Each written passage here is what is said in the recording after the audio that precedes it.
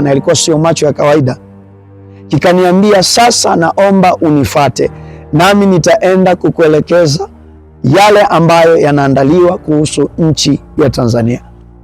Nikawa nakifata kile kivuli. Subscribe, like, comment. Shalom shalom, mwana wa Mungu, mahali popote pale unaponisikiliza. Mbele yako ni mtumishi wa Mungu Apostle Justin Semba, na leo ninakuletea kile ambacho niliweza kukiona katika maono.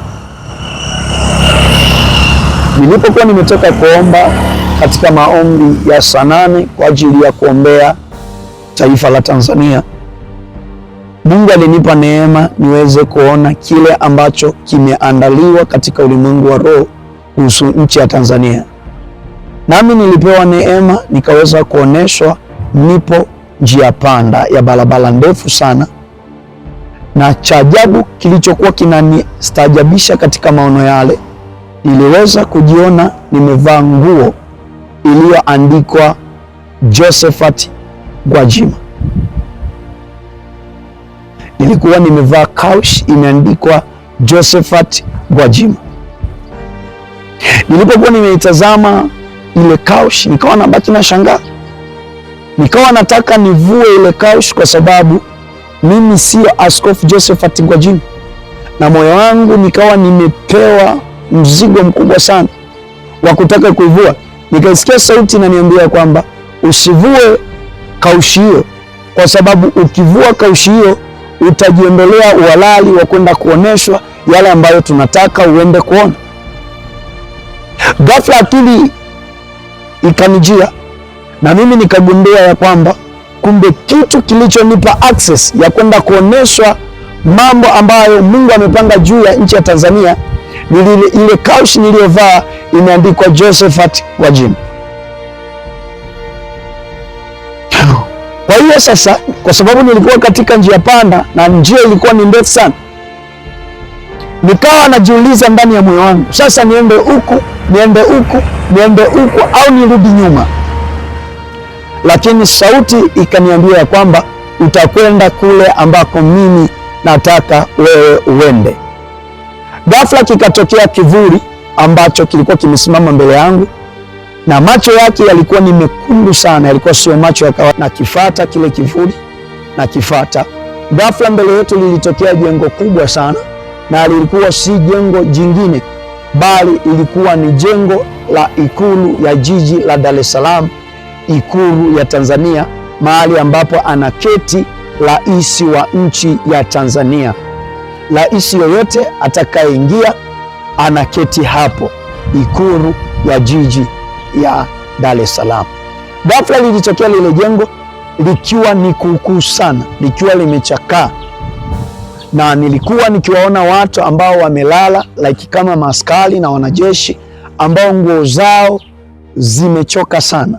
Na hata nilipokuwa nikitazama, nilikuwa naona ni kama kuna vita ilishatokea, sasa watu wamejipumzisha, kwa sababu nilipokuwa nikiwatazama nilikuwa naona ni watu ambao ni wamechoka sana. Kama ulishawahi kuangaliaga zile vita za Vietnam, ile rangi yake ndio ambayo nilikuwa naweza kuiona mahali pale.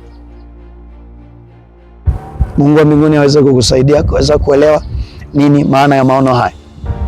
Nilipokuwa nikiliona jengo lile limechakaa sana, na hata tulipokuwa tukivuka mageti ambayo walinzi wanakaa au wanaketi, nilikuwa naona ni wanajeshi ambao ni kama wametoka vitani, wamechoka sana, wamejilaza kwenye viti, wengine wamelala chini, wengine wamelala kwenye ile mikeka ya zamani, mikeka ile ya zamani ambayo watu walikuwa kuna mikeka fulani ya zamani sana, achana na hii mikeka ya kisasa ambayo mnanunua madukani watu wanakaa. Nilikuwa naiona mikeka ya kizamani ambayo ile ilikuwa unashona na sindano ya mikono. Nikawa naona watu wamelala hapo, na hata nilipokuwa nikiangalia viatu vyao nilikuwa naona viatu ambavyo vimechanika, viatu ambavyo vimechakaa sana. Nikawa najaribu kukiuliza kile kivuli ni nini ambacho kimetokea katika nchi ya Tanzania, kwa nini naona haya? Akaniambia usiogope, twende ndani ukaone kile ambacho kinaendelea.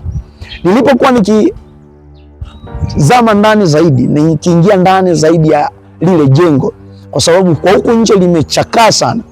Ghafla nikawa naona katika maono haya ambayo nilikuwa nayaona, mle ndani yuko mtu ambaye simuoni sura, akibadilisha mazingira ya mle ndani, ni kana kwamba anasafisha na kutaka kurejesha mazingira yale yawe safi. Nikakiambia kile kivuli ambacho kilikuwa kinaniongoza ya kwamba nataka mnionyeshe huyu ni nani ambaye anabadilisha haya mazingira ya ndani Ikulu. Na kwa sababu alikuwa amevaa nguo ambazo ni like kama watu wa usafi wanaofanya usafi, amevaa overall, amechukua na mfuniko, yani ni watu kama ambao wanajishughulisha na makampuni ya kufanya usafi. Kivuli kikaniambia jambo moja, ya kwamba mtu huyu huwezi kumwona sura, lakini hakika yake nitakuonesha nini maana yake. Ghafla nilipomtazama akichukua kiti kingine na kukipeleka ndani, na alipojaribu kuchukua meza akawa anaitingisha ile meza like kama anahangaika, akaanguka nayo, na alipoianguka na ile meza niliona jina lake ameandikwa Tundu Antipas Lissu. Nami nikashangaa sana, nikawa najiuliza ya kwamba nini maana ya maono haya. Nikawa najaribu kukiuliza kivuli, je, jina la huyu mtu la huku nyuma, je, ndiye mtu ambaye anafanya usafi? Akaniambia, heri wewe ufahamuye maneno haya unayoyaona. Akaishia hapo. Ghafla akanipandisha juu, tukawa tunapanda ngazi, lakini katika ngazi ile nilikuwa naona mti ambao umechoka sana, na nilipokuwa nikiangalia hivi chini nilikuwa naona mbali ni kama gorofa lipo juu. Sasa mimi naangalia kwa chini, nikawa naogopa sana. Nikawa namwambia yule mtu, naomba unisaidie kwa sababu otherwise nitaangukia huku chini. Nifanyaje niweze kupanda bila kuogopa kama ambavyo wewe unapanda? Kivuli kikaniambia ya kwamba shika mti. Nikashika mti, nikawa namfuata yeye katika ule mti ambao amenipa niushike. Nilipokuwa naendelea kumfuata ule mti, nilipokuwa naendelea kuufuata, ghafla nikakuta lile jengo nikana kwamba limepakwa rangi, limekuwa zuri. Nikawa nakiuliza kile kivuli, je, ni kweli tupo Ikulu ambayo tulikuwa tumeingia mara ya kwanza, au nipo katika sehemu ambapo Mungu anaketi? Kivuli kikaniambia ya kwamba hapa ulipo bado upo Ikulu. Nikaambia, kwa nini mazingira yamebadilika like this? Kwa nini mazingira yamebadilika hivi? Nikawa nataka nijue. Akaniambia, usijali, liko jambo ambalo linaenda kufanyika ambalo umepewa neema ya kwenda kuliona. Nini ambacho ninataka nikiseme? Nini ambacho ninataka nikwambie juu ya maono haya ambayo nimeona? Kwa sababu nilikuwa nahangaika sana kutaka kujua kivuli kinanipeleka wapi. Kama ni mara yako ya kwanza, ningekusii, bado sijamaliza, muda ni mchache. Laiti kama muda tungekuwa nao mwingi, ningeweza kumalizia, lakini nataka hizi dakika 8 zikutoshe na zikupe kiu ya kufata video nyingine ambayo itakuja. Usisahau kusubscribe, kulike pamoja na kucomment, lakini pia usisahau kuniambia kupitia comment hapo. Je, wewe umekuwa ni mmoja wa watu ambao wanaliombea taifa la Tanzania? Wewe umekuwa ni mmoja wa watu ambao wanaombea viongozi wa Tanzania? Wewe umekuwa ni mmoja wa watu ambao wanaombea watumishi wa Tanzania? Kama wewe ni mmoja wapo, niambie kupitia comment hapo, uliomba kuhusu nini? Huenda kile ambacho ninaonyeshwa katika maono ndicho kile ambacho huwa unaombea.